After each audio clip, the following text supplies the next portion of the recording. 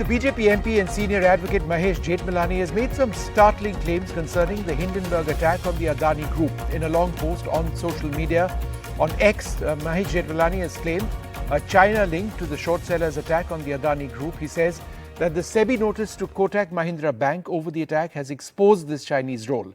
The Securities and Exchange Board of India has recently issued notice to Kotak over the Hindenburg report. Mr. Jethmalani has claimed that the Hindenburg and Kingdon Capital are linked to China in the Adani short selling case. We'll break it down for you in a moment. He goes on to say that Kotak's offshore funds raised China retaliation concerns. I'm now joined by Rajat Sethi, who's had a chance of actually going through this fairly carefully. Thanks, Rajat, very much for being with us. What is the China conspiracy? See, I think it's pretty interesting, and a lot of international publications which were trying to corner the Adani group post the Hindenburg revelations, portals like Bloomberg, now they have come in and released another report saying that Hindenburg might have shot itself in the foot because SEBI has identified link with this Kingdon base. He's a fund manager based out of handling this fund based out of Mauritius, and they collectively were profiting by shorting the Adani group in at least 2-3 weeks prior to the actual public circulation of the report of Hindenburg Research. And that profit of around $22 million was actually shared between Hindenburg and this company, the KMIL, which was headed by Kingdon. Interestingly, Hindenburg, when it came out, and it said that they did not profit anything out of this short position on the Adani group companies. It was kind of bizarre. Like, if you do not have a motive, a profit motive to actually go out and short, what was the real reason of going out and publishing the report when you claim to be not just a research firm but also a shorting firm?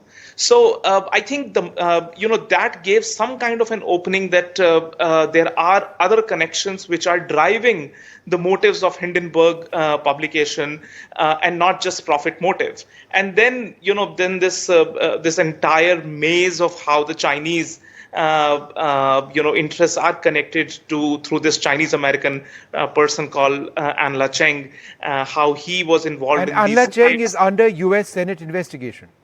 That is right.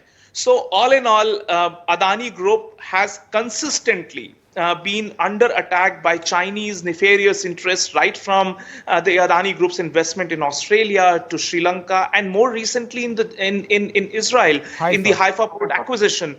China actually wanted to go out and acquire the Haifa port and scuttle India's very prominent project, the IMEC project, which is this international Middle East corridor that India is looking to build road links and other multimodal links to Europe. So China is all out trying to scuttle India's approach, wherein a national champion is being targeted by interests which are not conducive to our interests, are against our India's overall international footing, etc. And unfortunately, Congress is coming in and falling straight into the Chinese propaganda, and that is where the something that Advocate Jethmalani has pointed out in his revelations. So it's quite interesting. There is Hindenburg, which comes out in public and says that they barely made $30,000 in profit, which is first of all wrong.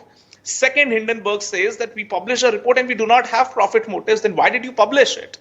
Therefore, there are larger interests which were at play. And this is where I think SEBI will now go in all out against Hindenburg, impose fines, etc.